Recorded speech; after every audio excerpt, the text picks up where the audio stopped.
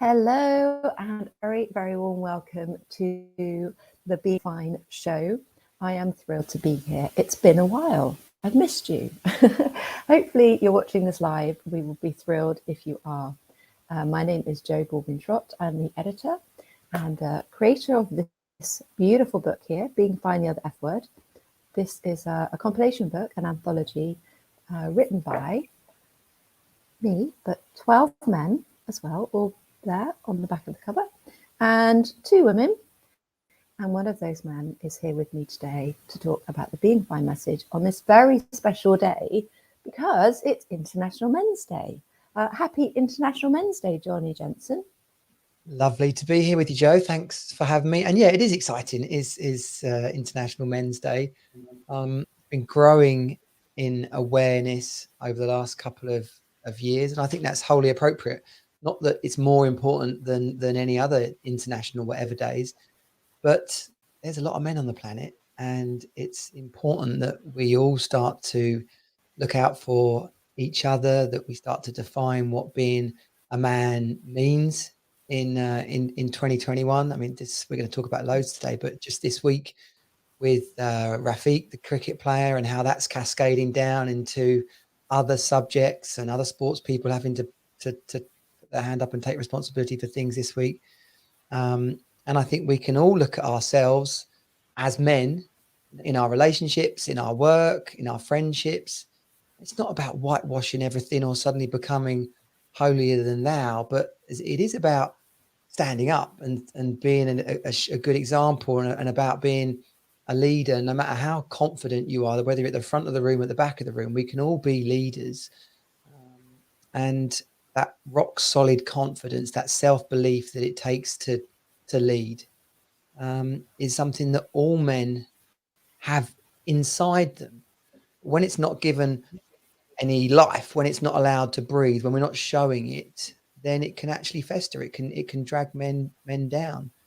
And that's really what I see as the important message today on this day, International Men's Day, is stand up, be proud of who we are, allow the women in our life to be inspired by us, to be. My girlfriend said to me today in a message, and that was really, really floored me. Really, she said, "Happy International Men's Day. Thanks for being a great example of a boyfriend and a dad." And I was like, do you know what? Yeah, that's it. I'm not trying to be better than anybody else. I'm just trying to be the best example I can be to the people that matter to me most. And I think as we do that, that will naturally ripple out to others, to the rest of the world, whatever we're passionate about. Yeah, absolutely. Yeah, no, that's really true. And well, I checked in with you, didn't I? So just a quick intro. Jonnie is, as well as being in the book, as you can probably tell, he does his own podcast because he didn't even need a question. fully absorbed into it and ran with it. But Jonnie is the founder of Team Super Dad, and he's a coach to dads, success coach to dads, actually. And very much, obviously, was one of my, in the middle of the journey of creating and collating authors for Being Fine. And I went to Jonnie. I said, Jonnie, tell me, what do you want to talk about? Because I felt that very much a calling to a call today.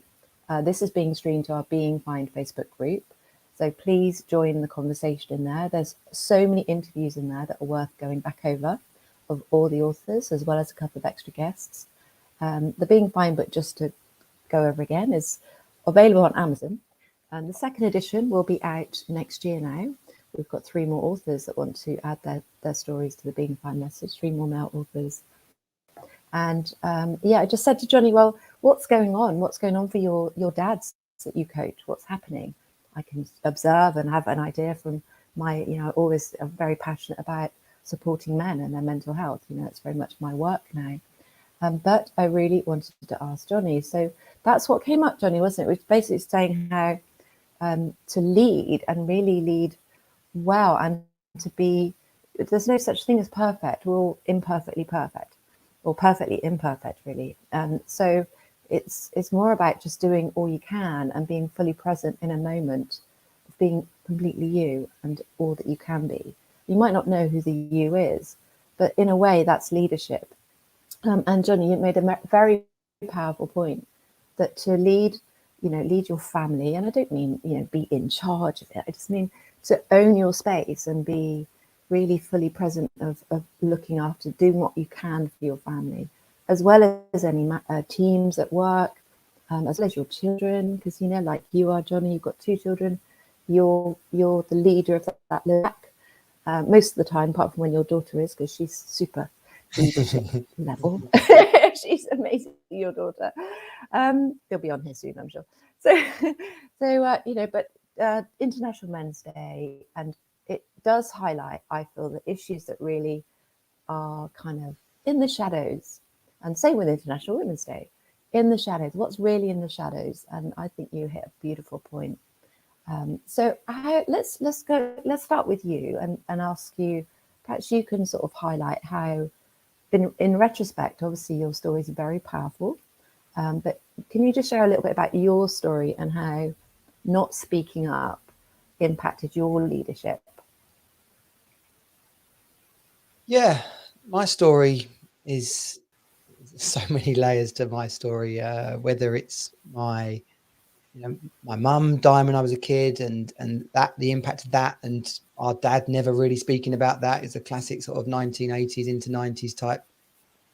Move on, keep smiling, and just what that felt like as a teenager. Not really. Like, do we talk about it? Do we not talk about it? Can I cry? Can I not cry? Like then looking as I went into my own relationships, instead of looking for romance and passion, I can inadvertently, as I realize now, I was looking to find the love, to be nurtured and to be cared for, the missing mum, really.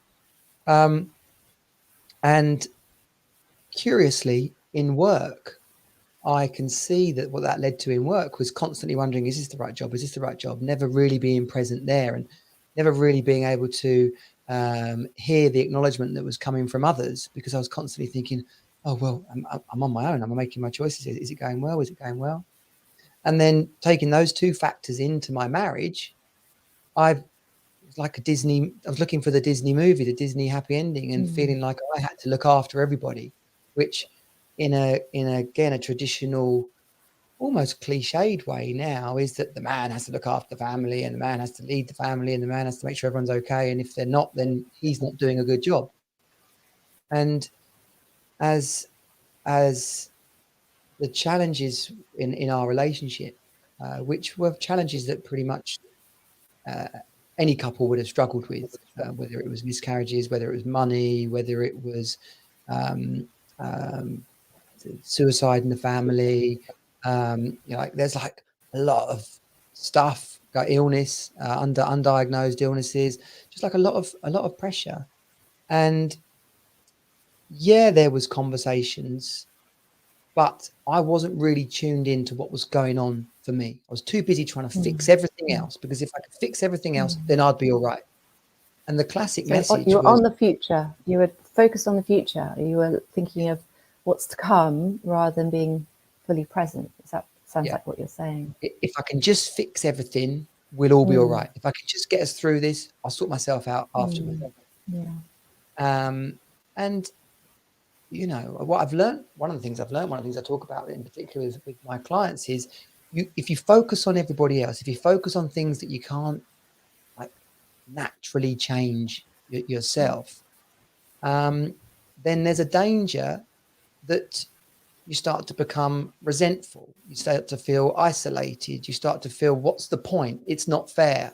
Screw you all. Screw life. Screw the world. Screw, it sounds a bit dramatic to say that suddenly ends up at suicide. But when you start to, if that goes on for months, if that goes on for years, and people say, oh, if I could just get through this, if I can just get through this.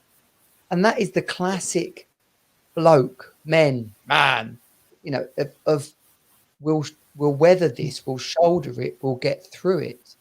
And actually, as perhaps not right, not fair, not equal as the world used to be, men did used to go to the pub 5 nights a week and get drunk and go to the football, and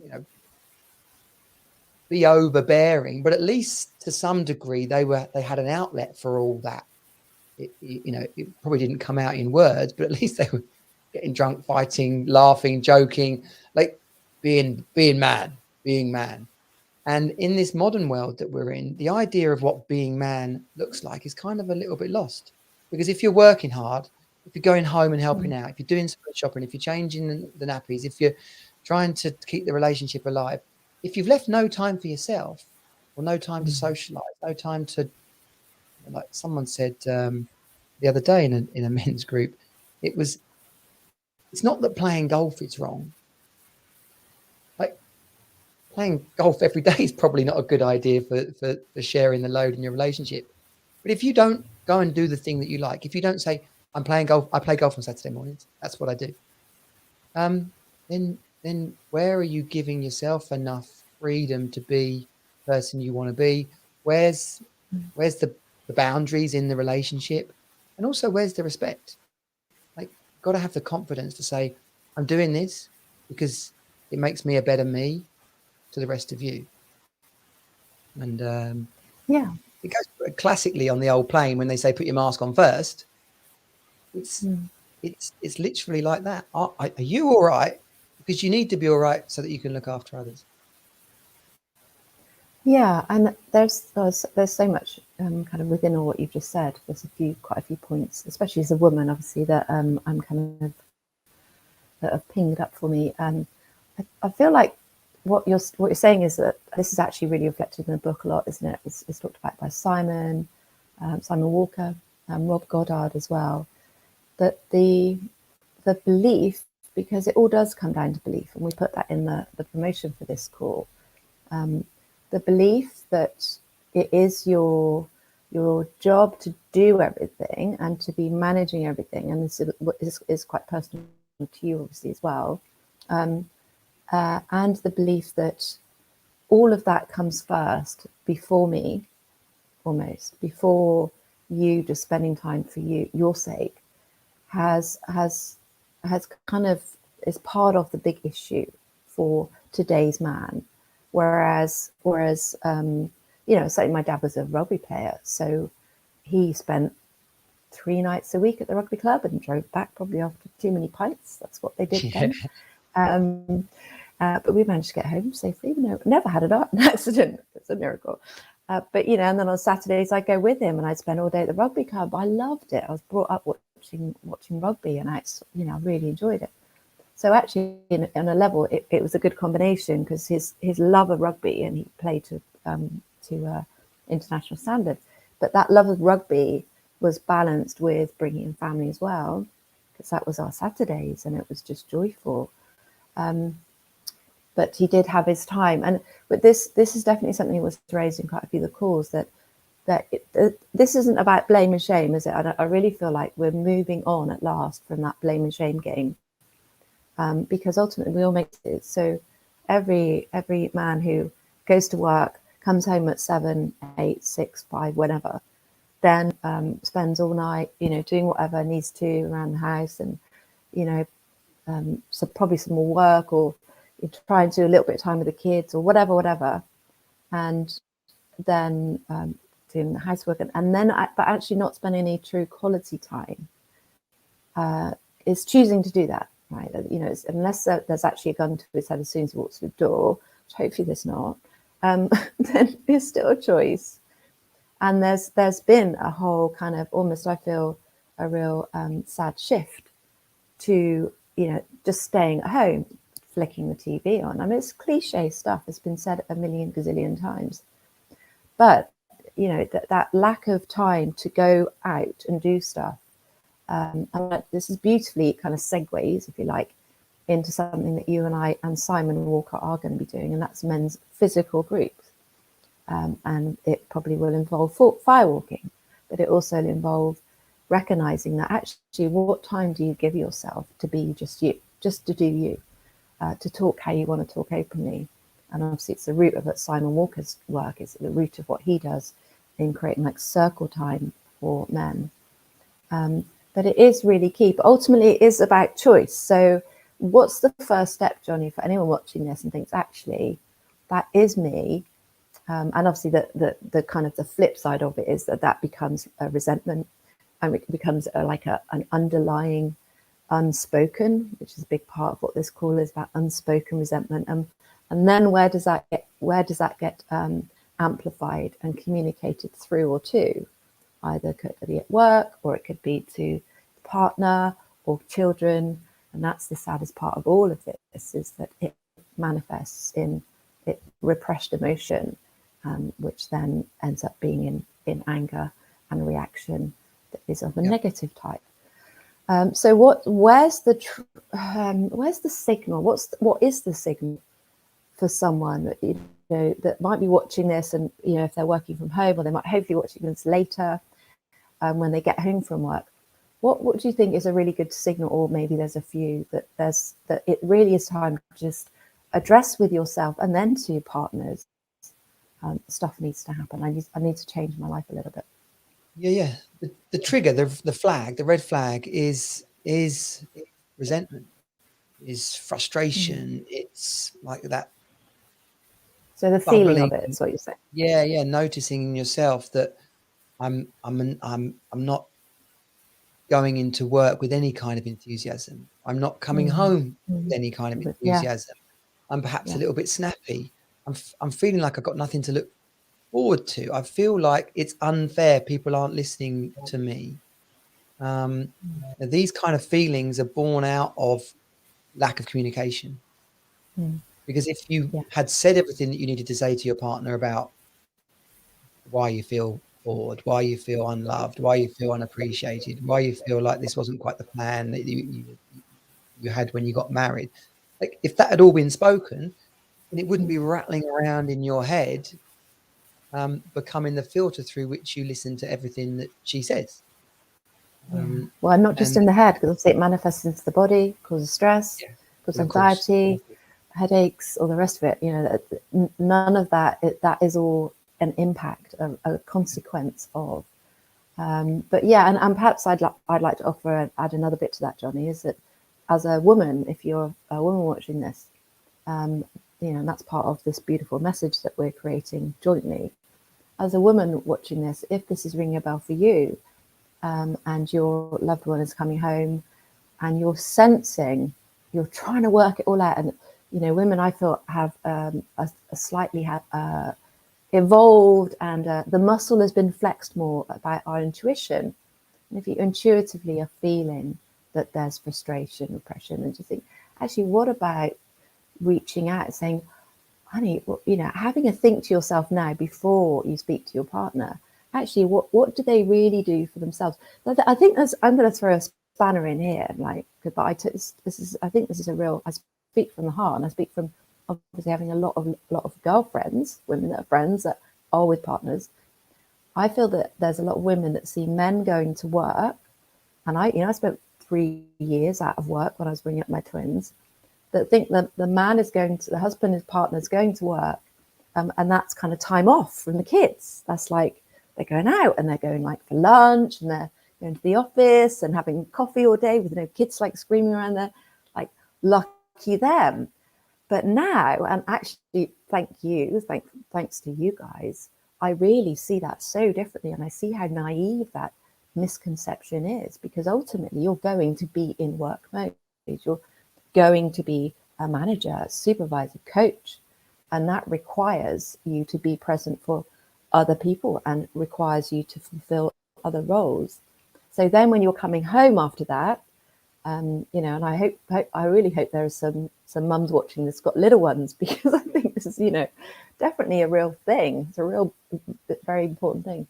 And then you're being thrown, the kids are being thrown. You do bath time, and now can I tell you about the fact that I've got 10 bills to pay and we haven't booked that holiday yet? And whoa, I see it also differently now, having created this beautiful book with you guys. I really, really do. And I think it's for women as well to recognize that actually it's so not what we believe or see. That we're so off the mark with this as a woman, as a partner, female partner. Yeah, absolutely. And we spoke at the beginning about defining modern man, okay, but it's also about defining modern relationships. Women are doing a very good job at defining modern women. and rightly so. We're getting But there. it's not being equally matched by men doing the same thing. And there's a lot of men out there who are much more blokey, much more like inclined to think that these kind of conversations are nonsense, are woo woo, are like not for me, like count me out of that, all that stuff. But it's the problem with that is that it doesn't respect the climate, doesn't expect the changes that are going on in the world. So if you're looking at your own individual relationship, it's a conversation, it's an opportunity, just like a black person and a white person saying, actually, what's it like for you? Or we had the podcast where we talked about what is sexual harassment and what does that feel like as a woman doing it in your relationship. Like, what does it feel like when I come home? Okay, good. Yeah. What does it feel like when you come home? What does it feel like when we get to the weekend? What do you want out of this relationship? What do you expect from me? What do you think that I don't do? Like, that's a complete What are you hoping for? reset. What are you hoping for? Yeah. It's not a beautiful question. What are you hoping for with this relationship? I don't like the word expectation personally, but I know it's relevant. But what are you aspiring for? What do you dream of? What potential do we have? Yeah. Yeah, I'm with you on the word expect, but a lot of people haven't had the light shined on the word expect. But it's interesting when you say to someone, what do you expect? Because then they like go, and they tell you what you expect. Oh, right. No wonder I feel under pressure, So then there's the space to say, okay, right, well, what does it look like if rather than expecting that was something that you were hoping to get, or you were willing to give and you were hoping to get back. So yeah, a lot of people aren't as the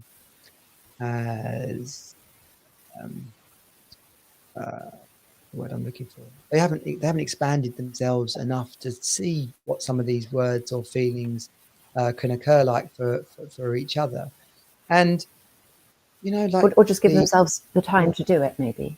Because yeah. I feel like that's a lot of it. You and I both spent a lot of time spending time thinking about this, doing workshops, doing classes, getting mentors, getting coaches, investing time and money, and it's giving yourself time to acknowledge it. And if you're constantly one thing to another, the cliche hamster wheel, then there is no time, is there? It's 10 minutes on the car or an hour on the busy train next to someone who smells a lot because they've had a busy, sweaty day or whatever. It's not going to happen, is it? You'd be like, thinking about I'll tell you the classic. As a football dad, you stand on the sidelines, either at training or at the match, and you get the dads bitching about the mums, and you get the mums sort of clustered together bitching about the dads.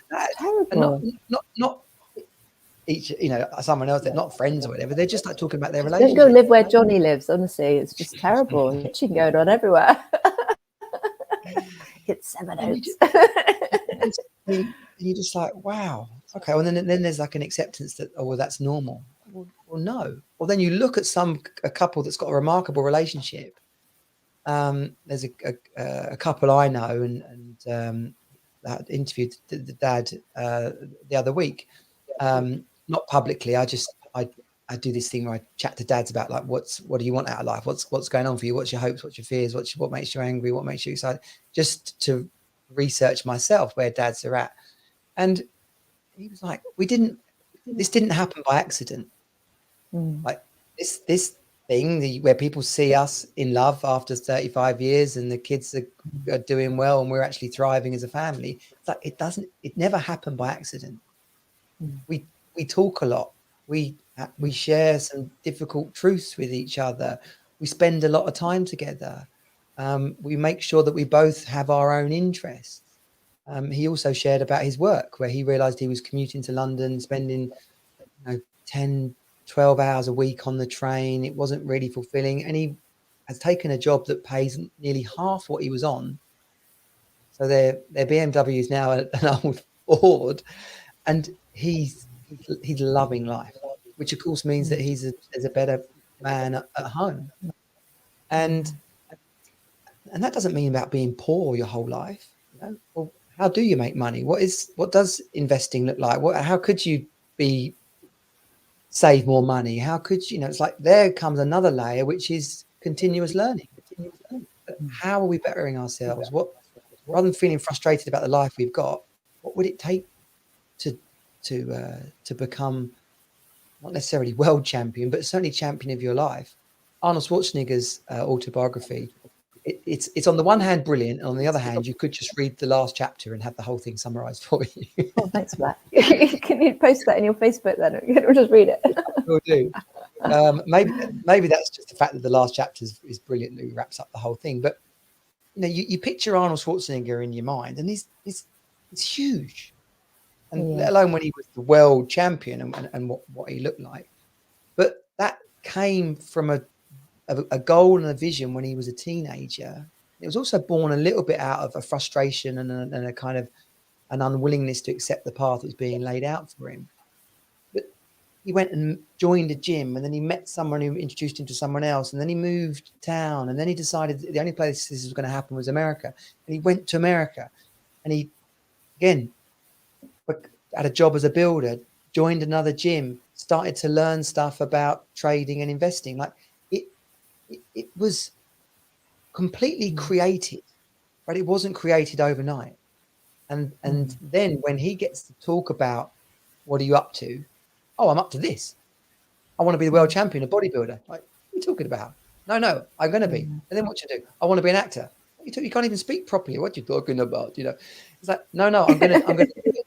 But as he spoke about it, and as he acted on it, so he drew other people towards him. So he drew other opportunities. And when someone said, well, that's not going to happen, is it? Or you can only be a bodyguard in my movie because you're huge and you speak like a robot. He's like, well, I don't think that's enough, to be honest. He wasn't stopped by it. And then he starts to create that life and those wins. And how I relate this to the couple that I was talking about to Arnold Schwarzenegger here, it's if you're clear about what you want and you set about making it happen, then you can create the life that you truly desire and be a shining example to others.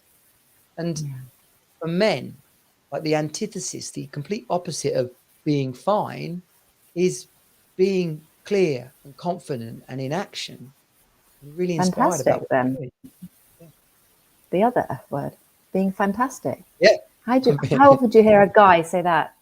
You know, it's quite rare. It has to be said, I think. Well, I'll tell you what. Go on, sorry. People say we're on a slight delay. When you ask someone how they are, and they go, what do they say? Pretty good, fine. It's like, I'm fine, basically. Yeah, no, I'm fine, thanks. Or pretty good, not bad. That's the one I hate. Not bad. How are you? Not bad. What does that mean? It doesn't mean anything. Could you crank it up one notch? You know, like... Well, and when it comes to law of attraction, with universal messaging, the word "not" doesn't feature. So if you say I'm not bad, it's actually saying I'm bad to the universe energetically. So it's really, well, that's why I came up with the title of the book. Being fine, the F word. I just heard it again and again and again, and my dad used it. It's the last time that's one of the last words he said to me before he walked out the door, and I never saw him again, as he passed from a heart attack 2 weeks later. So, it is a word that is overused, and also, and part of my message today, which I posted about before, was if you hear someone using this word, and yes, sometimes, so I met an old school friend yesterday who might be watching it, and he said, yeah, no, I really am really fine. And he meant it from a different place, but rarely do people say it like that. It's generally like, yeah, I'm fine. It's that tone. Yeah, I'm fine. Yeah, I'm fine. Oh, I'm fine. That kind of response when that word is used and you can hear and feel that they're not, then why not ask another question and say, so what's going on? What's happening? Because the thing is, once someone's committed to saying that, what I've learned, and obviously I've used this word a lot since we published the book in February, once someone's committed to it, they don't want to go back on it, especially certain people, men, women, they're committed to saying it. It's like, yeah, I'm fine. They're trying to imagine themselves being fine. And that can be positive. So by asking a second question, say, well, what's going on for you? It then opens the door. Because if you say, oh, you don't sound fine, oh, are you really fine? They're going to go, yeah, of course I am. It's a gross question. It's like simple. And the thing I loved about, I don't know if you saw the Martin Kemp's son did a beautiful documentary. I've forgotten his first name now. Ronan. His documentary blew everyone out of the water. And the very last bit, which got some airtime, not quite as much as it could have done, because obviously it focused on him being Martin Kemp's son, was that he asked everyone to ask a second question. If you ever hear the fine word, you know, and I did reach out to him, perhaps I'll just send him a copy of our book again. But he said, ask a second question, ask again, what's really going on? Because in that moment, I feel there's like a beautiful nugget of space and time with someone, and you just never know. And if you're already in that mindset of asking, of being aware of it, then hopefully you're in that ability, because it is tough, can be tough sometimes when you say that and someone suddenly comes both barrels at you going, oh, actually, I want to leave my job, my wife, whatever. It can open up the proverbial can of worms. However, if it isn't offered, then it can lead, as Jonnie and I know from our own experiences, and obviously the other authors in the book, it can lead up to a very, very different path of life and negativity and sadness and sometimes sadly loss. So that was the purpose of the call, as we've just gone over half an hour, but that's okay. But you know, it really is. And so one of my last two things I would like to share is that I love reading the reviews on our book on Amazon. And there's a review by someone called David. Beautiful to hear men share the real ups and downs of life. Isn't that interesting? The real ups and downs of life, not the ones that are portrayed, you know, you see a lot of people sharing about the successes and their climb to the top. But almost all of these times, books by men lack the openness, vulnerability, and raw honesty that being fine, the other F word, has. And that, I get goosebumps reading these. They make me really emotional, actually, because, you know, and we've got so many reviews now that are of that ilk. They I get very emotional reading them, because they really are written from the heart. And we've created this beautiful message, which hopefully, if you've watched this, will resonate with you too. So please reach out to Jonnie or to me if you would like to chat about what we've chatted about, or just to us personally. Jonnie, your team super dad, you're one of the amazing authors in this book, and I really appreciate your support. Shame none of the other authors could join us today, but we will be doing some workshops with Simon Walker. They are going to start in East Sussex. We've got an amazing organisation and a fantastic venue on board called Rockwater, which Jonnie knows very well. We had a beer there last summer in the sun. Do you remember that, Jonnie? A long time ago. Yeah. So how about a last message for you, from you, for anyone watching this, men or women, on International Men's Day? I want men to have real clarity and sense of purpose in their life. And if you're feeling a bit down, you're feeling a little bit lost about it's annoying, or you're getting towards the end of the year, like, again, then just take a moment to, like, what do I actually want? What was that thing that I thought I wanted to be? What was the kind of relationship that I wanted to create? What do I want my kids to tell their kids about me? And without it seeming far away, impossible to get to, just sit in what life would be like with those things. And then ask yourself, well, what's the first thing I could do? And then go out there and do it. Beautiful. God, getting emotional again. Don't know what's going on with today. Must be hormones. Anyway, well done, Jonnie. Thank you so much for your time. That's such a beautiful way to end this call. Wishing you, wherever you are watching this or listening, a happy International Men's Day. If you're not a man watching this, then go hug a man who has watched it, or who just maybe needs a hug. Okay, take care. Bye for now. Cheers, Joe. Bye. Bye. Bye.